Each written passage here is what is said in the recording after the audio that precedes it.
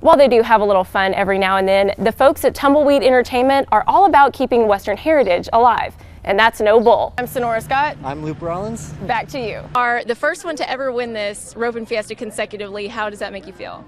It feels good, you know. You talked about him coming with a little more. Did you have a particular strategy that you used this year?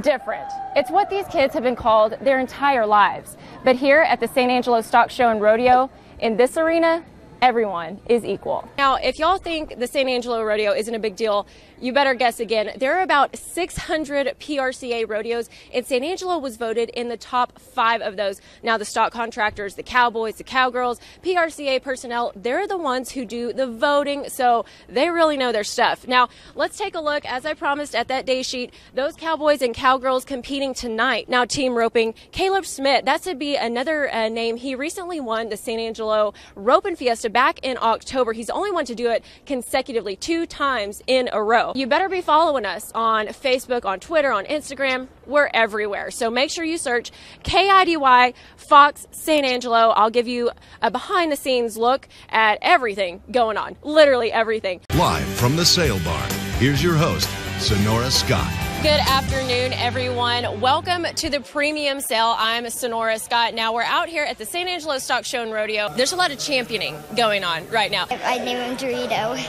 Fantastic. There are a lot of creative names. If you've been watching this whole time, we've had J-Lo, now Dorito. Last week, fires ripped through the Panhandle, and we saw the smoke here in West Texas about 400 miles away. Now, West Texans are traveling those 400 miles and more to aid in the relief efforts. There's a proverb that says a righteous man has regard for his animal. Another one teaches to put your heart into caring for your herds.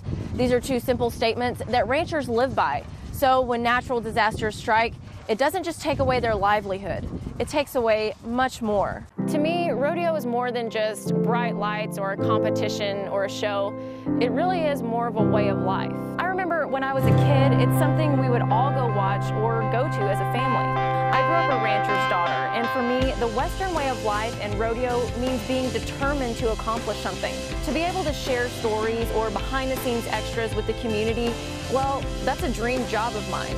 Join me every day for complete rodeo coverage right here on KIDY Fox. Bullfighters are known for keeping bull riders safe in the arena, but they're also known for their signature moves, as well as their signature face paint. Bullfighters Jake King and Clay Hager grew up around the rodeo industry and are no strangers to their adversaries staring them down in the arena. But there's one part of the job for these bold bullfighters that, even though it's essential, always makes them chuckle. You should see us when we go to Dollar General getting it. Walmart. The makeup, or probably what they'd rather have it called, face paint. I asked them to give me a, makeover and transform me into a bullfighter. They agreed, so off to the locker room we went, and the transformation began. No going back now. Too late. Jake, what are you doing? That may have been my first warning sign, but we kept going. It even got a little better along the way. This may be a no deal right here, Clay. Yeah? You think? Let's see. All right, go ahead. Do your side, Clay. All All right. Let's see what we got going on. So tell me about the techniques going on right Trial and error. That's the technique. Okay. Or did it? Look, clean line. Well, See, look at you. Get a clean line, Jake. Good job. Hey. What line? Clean line. You What's that? gotta edge it up, man. You gotta get a That clean gives line. me a lot of hope, guys. I've got to give it to these guys, though. For as rough and tough as they are, they're very committed to their craft. For bullfighters, face paint becomes part of your identity in the dirt. It can reflect how you feel, who you represent, or what you believe in. Sometimes all 3. So, with just a few final touches left... Oh, yeah. Oh, man. It's okay. You're an official clown now. Yep. You ready? Okay, I'm ready. My transformation was almost complete. A few more shapes, a few more clean lines, a bit more coaching, and I was just about ready. You know, I never thought I'd get makeup tips and be consulted by a couple of clowns, but you tell me how it turned out.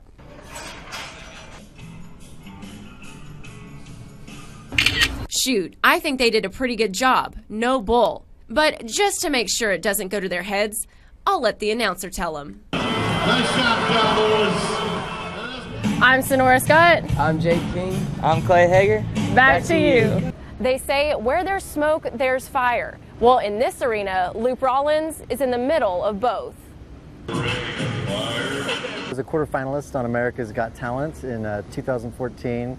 I've done Cirque du Soleil for 3 years in Las Vegas, and I pretty much travel wherever the wind blows me. That's the life of Tucson, Arizona native and Wild West performer Luke Rollins. But how does one become a one-man Wild West show? And when I was about 8 years old, I saw a performance at the Tucson Rodeo of trick roping, and I was just completely fascinated as a kid, and I said, I want to do that.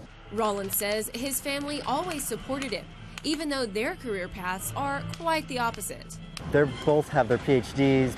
My mom's a medical doctor, she has an MD, and my dad's a professor in electrical engineering.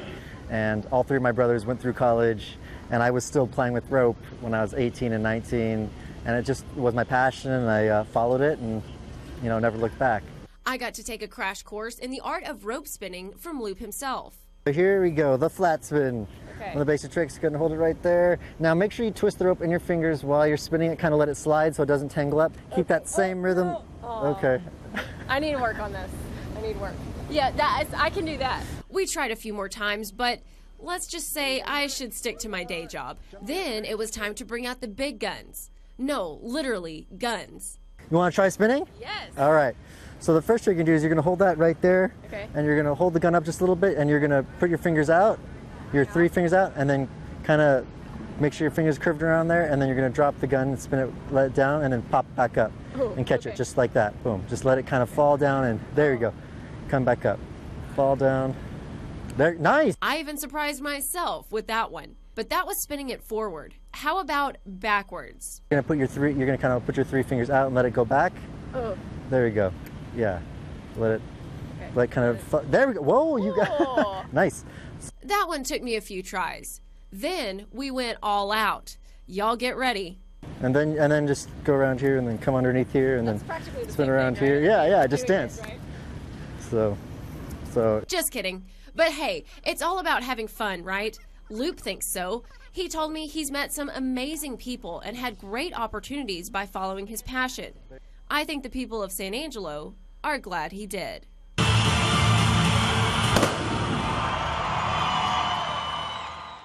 I'm Senora Scott. I'm Luke Rollins. Back to you. Last week, fires ripped through the Panhandle, and we saw the smoke here in West Texas about 400 miles away.